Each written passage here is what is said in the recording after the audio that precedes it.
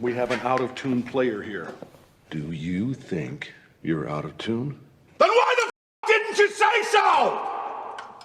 I never would have thought that a film about an aspiring drummer would end up being one of my favourite films. Whiplash was released in 2014 and was directed by Damien Chazelle. The basis of the film was inspired by Chazelle's experience at Princeton High School, where he wanted to make it as a jazz drummer. He said that his intense music teacher in the Princeton High School studio band was the inspiration for the character of Terence Fletcher. The film follows Andrew Neiman, played by Miles Teller, a jazz drummer who attends the Schaefer Conservatory in New York City. He aspires to be like his idol, Buddy Rich, and also wants to be the best at what he does. He is selected by Terence Fletcher, played masterfully by J.K. Simmons, to join his class as an alternate. J.K. Simmons' performance really steals the show, and his approach is not unlike the drill sergeant from Full Metal Jacket. You will not laugh. You will not cry. In order to understand Terence Fletcher, we also need to understand the motivations behind Andrew Neiman. Neiman is a 19-year-old drummer who is in his first year at the Schaefer Conservatory. His family are okay with being average, but Neiman wants to be great. When Neiman first meets Fletcher, Fletcher asks him to play. After it doesn't go well, he tells his father, who tells him that's just life. You got plenty of options still. What does that mean? It's just life. He doesn't have the ambition his son has. Neiman's family also don't care about his accomplishments, and he gets into an argument with them at dinner as they praise one of his family members for their football, despite them being nowhere near top level. Fletcher comes to Neiman's class to hear the students play, and starts hearing them one by one. Neiman is given a place in Fletcher's class. Fletcher is a complex character. He is a demanding jazz instructor who pushes students to their absolute limits. He is driven by a desire to create the next great jazz musician, and he'll do whatever it takes to achieve that goal. His methods are intense, and include verbally and even physically abusing his students. He believes his harsh methods will weed out anyone who isn't good enough. His philosophy is based around the story of Charlie Parker. The story is true, although somewhat embellished for the film. Fletcher tells Neiman about Charlie Parker.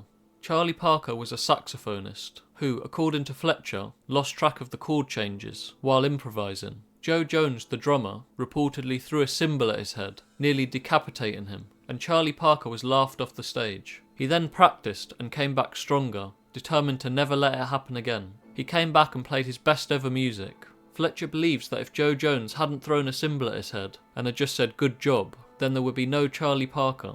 He later tells Neiman that there's no more harmful two words in the English language than good job. This forms the basis of his philosophy, and is the reason that he uses his methods. When Neiman questions him about his methods, and whether it would discourage people, Fletcher tells him that a Charlie Parker would never have been discouraged. So let's take a look at Fletcher's methods. When Fletcher allows Neiman to join his class, he tells him to get there by 6 AM, which makes Neiman race there, but he soon finds out that the class actually starts at 9 AM. Fletcher arrives exactly as the clock strikes 9 AM. This is shown deliberately to show how precise and meticulous Fletcher is. He has the students play, but hears that one of them is out of tune. He singles out one of them, and begins shouting at him, making him cry. He asks him if he thinks he's out of tune, and the student doesn't know, so he kicks him out of the class. He tells the class who really was out of tune, and that the student that was kicked out didn't know whether he was out of tune or not, and that's bad enough. For the record, Metz wasn't out of tune. You were, Erickson, but he didn't know, and that's bad enough. During a break, Fletcher then talks to Neiman and begins trying to learn information about him. He pretends to be friendly, asking about his mother and father.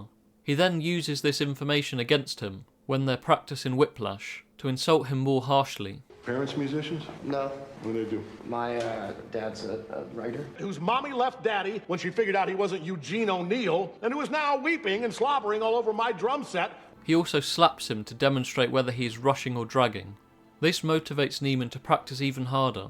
He moves his mattress down to the practice room and plays until he gets blisters and starts bleeding.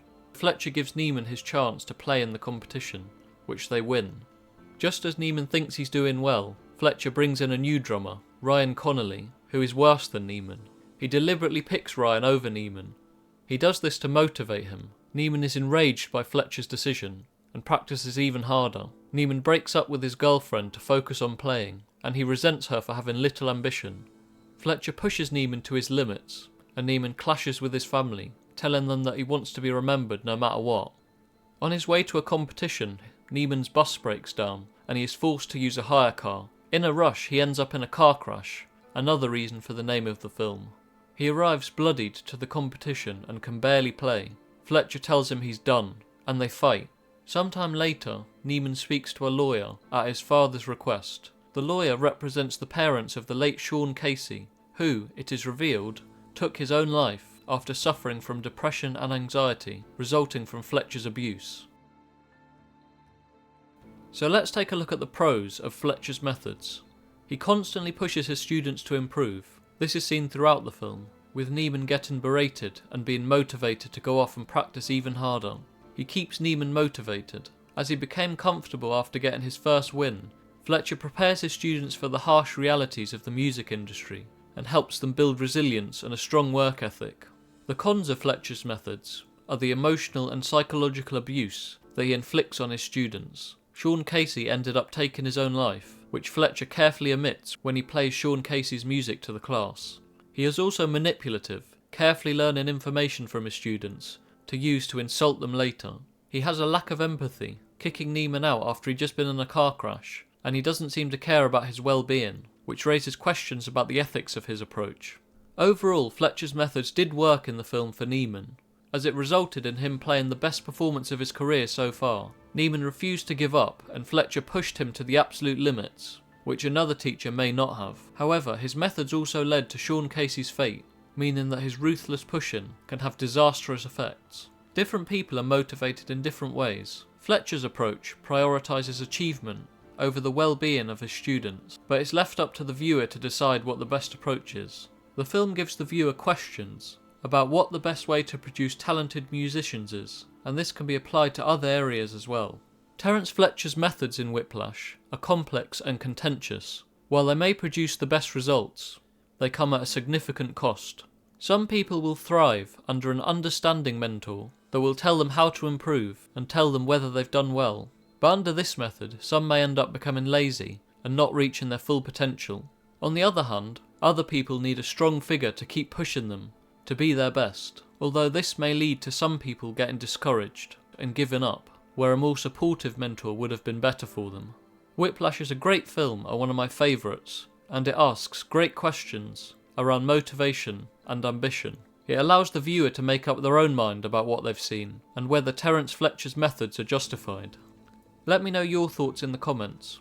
Did Fletcher go too far? Were his methods justified in the end? Or did he push his students too far? I'm Firelink Frontier, thank you for watching. If you've enjoyed this video, please like and subscribe.